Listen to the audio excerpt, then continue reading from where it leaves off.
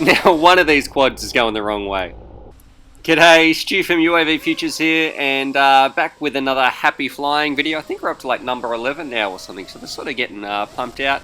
I'm out again in the Aussie bush today, and usually I tell a story or do some sort of voiceover, but today I thought I'd do something a little bit more FPV specific, and I guess I'm going to be talking about track design. So we've got this little track here, and this was really fun. A lot of people are enjoying flying around this one, and I think there's a few elements that make up a good track. Alrighty, so number one, and probably the most important thing, I think, in a good track anyway, is that everybody can fly it. Because you want a track where people can actually focus on racing and working on their lines, rather than just trying to survive. So if your track is too difficult or maybe a bit too ambitious and a lot of people are crashing, that's definitely not going to be very fun for you or them, because you'll have no one to race and they're going to be walking around picking up their quads. So number one, make sure your track is not too difficult.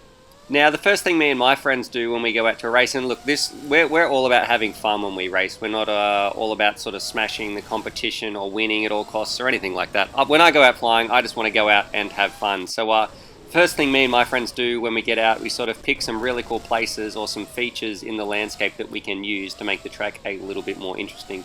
Like coming up here, we had this nice little tree in the middle that sort of led itself to a little gate, and this little teepee sort of thing, that was already there as well.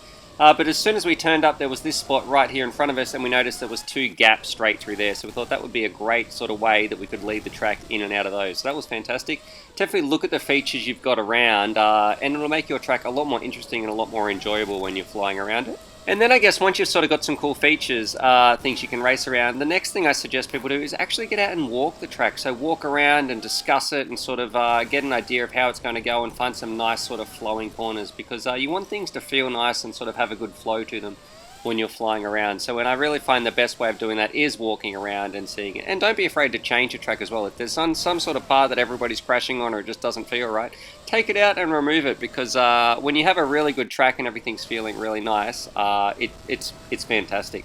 I really actually liked this track right here. I felt like it had just a good flow, and the speed didn't change direction too much. Probably the only thing I'd like to include would be maybe a little bit more elevation, so it doesn't always have to be flat on the ground. Now, you don't need a ton of gates or anything like that if you're using the sort of the natural surroundings. So you notice in this track we only actually have two gates up, two gates out. Oh, I missed that gate there, not very good, so I thought I'd go back and I better get that whole section again. But we only had two gates up, and that's because we're using the sort of the trees and everything like that. But something I really do recommend is getting some of these cones or these markers. They're fairly cheap sort of soccer cones. They really make a difference, I think, when following the track, and especially for some people who can't get the groove or when people are just learning. It's great to have something to follow, like a visual marker on the ground, because you might have an idea of where the track goes, but someone else might need those little visual cues. Now, since just talking over the top of this, I've realized there's actually a ton of things, a ton of tips I could give people on making a good track. So I might do a whole nother video on this as well, a more detailed video, but hopefully this helps some of you guys out there anyway in the meantime. Subscribe for more FPV related content, and as always, happy flying. I think I come in here, yeah, here's a good little landing. I really like this one, how it sort of skidded across the ground. I thought that was pretty cool. Oh, and this was one of the better crashes of the day. I thought I'd add this little part in. Hit that tree and was going a bit crazy, but somehow managed to bring it home. So very lucky that one didn't end up in the tree.